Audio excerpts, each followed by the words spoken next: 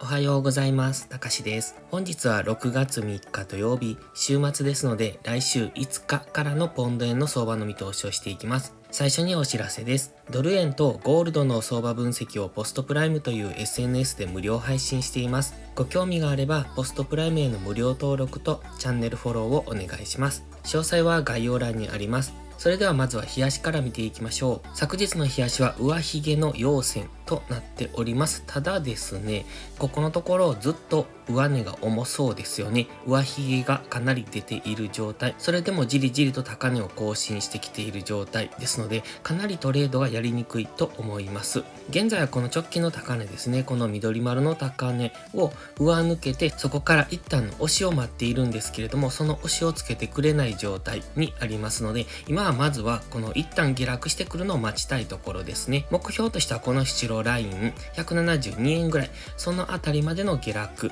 を待って、そこからどうなるかっていうところですね。そこで押しをつけてさらに上昇していけるのか、それとも今この日足の上昇トレンドを崩していくのかというところ。日足のストキャスティクスは高値圏でずっと動いておりますので、そろそろ一旦押しをつけてほしいかなというのが正直なところですが、なかなかに下げてきてくれませんので、基本的には買い足の上昇トレンドに沿ったトレードをしていくのがいいですね。以前から言ってますが、こういうじりじりと上昇している相場っていうのは逆張りは危険です。どんどん上昇していく可能性がありますので、なのでこういうじりじりと上がっているところはそろそろ下落しそうだなっていうのが買い足で思ったりするんですが、値頃間でのエントリーっていうのは危険。ちゃんとその下落の兆しっていうのを探してからそこからの下落の流れに乗っていくのはいいんですけれども、今こういう状態では基本的には押し目買い。ただその押し目買いもあまり乗っていくのは危険かなと。いつズドンと落ちるかわからないようなそういう上昇の仕方をしてますので、今は買うのも売るのも慎重に、どちらもしっかり根拠を持ってトレードをしていくことが大切です。まずは日足のストキャスティクスが安値圏に入るぐらい、それぐらいの調整の下落をしてほしいところ。今 MACD は方向感がありません。上昇しているのに方向感がありませんので、いつ下落してもおかしくない、大きな下落に入ってもおかしくないような状態ですので、今日足の GMMA とも距離がありますので、そのあたりを埋めに来る可能性があります。ですので先ほど言った172円ぐらいまでの下落、そこからのさらに日足単位での大きな上昇になっていくのか、それともこの上昇トレンドを崩すような大きな下落につながるのかというところを見ておきたいですね。チャンネル登録してね。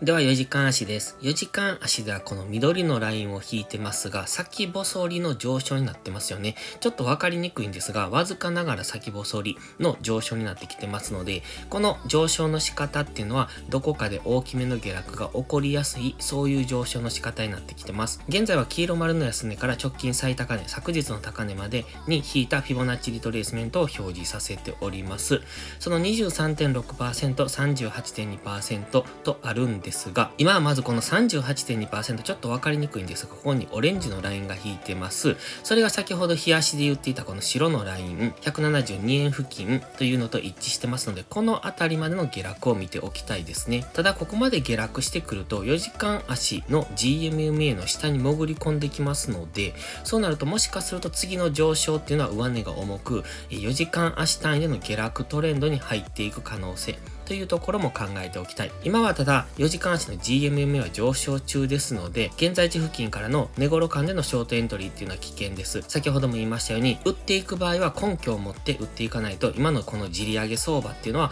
どんどん上昇していく可能性があるので、その辺は注意ですね。まず下落を狙うのであれば、ちゃんと下落の兆しが見えてからというところ、基本的には GMMA の向きは上向きで、4時間足上向きですし、先ほどの日足も上向きというところで、基本的には下がったところを買っていくという押し目買い。ただ次の押し目買いがこの高値を更新できない場合ですね。今のところ高値をじりじりとではありますが更新してきてますので、次の上昇が金曜日の高値を更新できない場合はそこからの一旦の下落、それが次大きな下落の初動になるのかどうかっていうところを見ておくのがいいと思いますね。そして下落のターゲットがこの白ラインの172円付近と言いましたけれども、それまでにいっぱい引っかかってくるラインがあるんですね。ここ紫の1時間足の目線切り替えポイント、そしてこの 23.6% の173円付近、そして直近の目立つ押し安値の 172.5 付近っていうのもありますので、ところどころで強めな反発上昇っていうのが起こってくると考えますので、ここから下落していくところを狙うのではなく、下がったところを買っていくっていう押し目買いの方がトレードとしては安全です。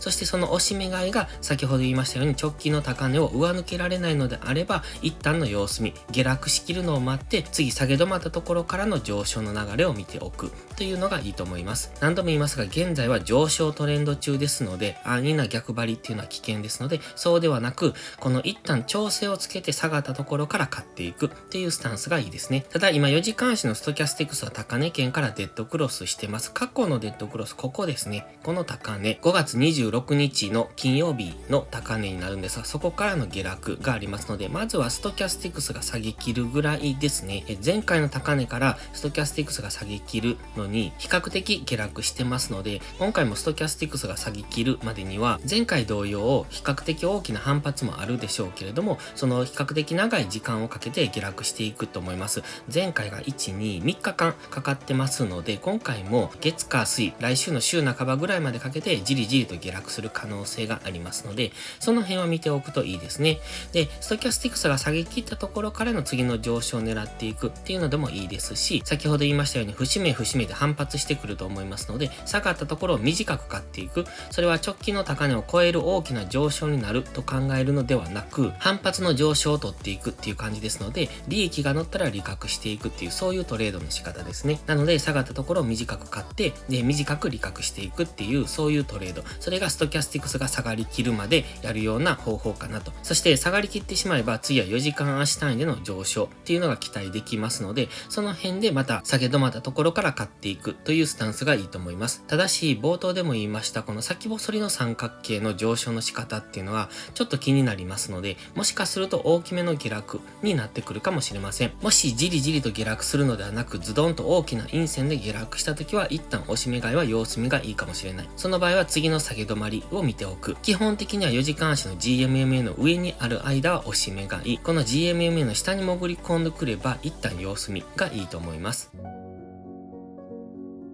では、1時間足です。1時間足も分かりにくい動きをしてますね。じりじりと上がったり下がったりの上髭、下髭を出している、そういう上昇っていうのは昨日お話ししておりました。その中で昨日は横横の動きから最終的には大きく上昇、そこからの下落に今なってます。で、昨日も言ってましたが、この黄色の切り上げライン、現在はこの傾きに沿って上昇中ですので、このラインを下抜けてくれば、上値が重くなってそこからの下落になっていくかもしれませんね。まずはこの1時間足の目線切り替えポイントを下抜けてからですね。ただこの1時間足の目線切り替えポイントっていうのもどこに引くのかがちょっと明確じゃない。この最終の上昇の視点に当てているんですが、もしかするとこの辺になるのかもしれないなと。トレンドをつけてませんので、明確なラインが分かりにくいんですが、まずはこの強い上昇の視点は意識されてくると思いますので、173.8 付近、このあたりが意識されるポイント。ここでは1時間足単位での押し目買いが入りやすいところになってきます。ですので逆に言うと、ここを下抜けてくると、次は上値が重くなってくると思いますので、その辺は注意ですね。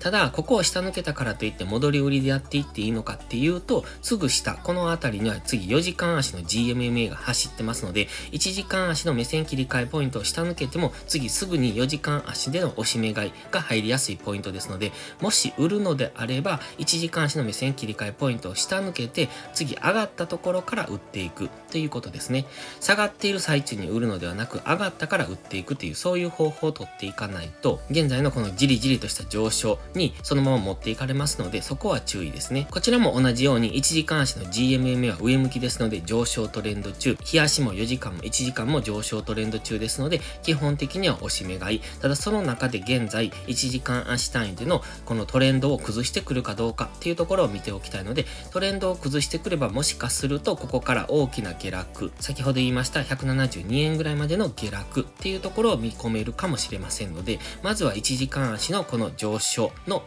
この角度を崩してくるかどうかを見ておくのがいいと思います。ただし先ほどの4時間日足で見ていても分かりにくい動きをしているのはチャートを見て分かると思いますので、基本的には無理なトレードはしない、しっかり引きつけるですね。買う場合も売る場合もしっかり引きつけていかないと、今のポンド円相場は分かりにくい動きをしているので、その辺を分かった上でトレードすることが大切です。で、分かりにくいところではトレードしないのがいいと思いますので、まだしばらく様子見でもいいのかなと。一旦172円ぐらいまでしっかり押しをつけるのを待ってから、そこから日足とか4時間足単位での次の上昇になっていく、そういうタイミングを待ってもいいと思います。それでは本日は以上です。この動画がわかりやすいと思ったらいいねとチャンネル登録をお願いします。そして最後にお知らせです。YouTube のメンバーシップでは初心者の方向けの丁寧なスキルアップ動画を毎週更新しています。本日は今日の夕方から夜にかけて更新する予定です。今回は今ポンド円相場かなり難しいというお話をしましたが、じゃあその中でどうやってトレードをしていくのかという話をしてます。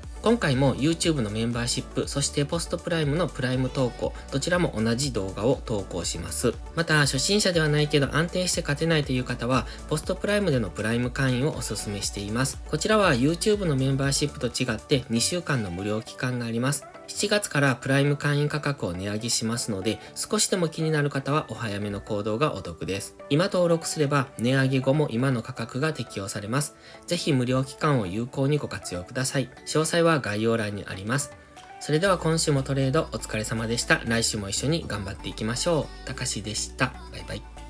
インジケーターの使い方解説ブログを書きました。GMMA、ストキャスティクス、MACD の使い方について詳しく書いてます。まずは一度目を通してみてください。きっとスキルアップのお役に立てると思います。インジケーターは何気なく表示させるのではなく、理解して使いこなすことが大切です。また、インジケーターを使ったエントリー手法のテキスト販売を始めました。こちらは初心者から中級者向けですが、初心者の方向けの初級編もご用意しています。勝つための聖杯なんてありません。だからこそ地味にコツコツとスキルを積み上げていくものです。このテキストはそんな方のお力になれると信じています。せっかく FX を始めたのですから、明るい未来を夢見て頑張りましょう。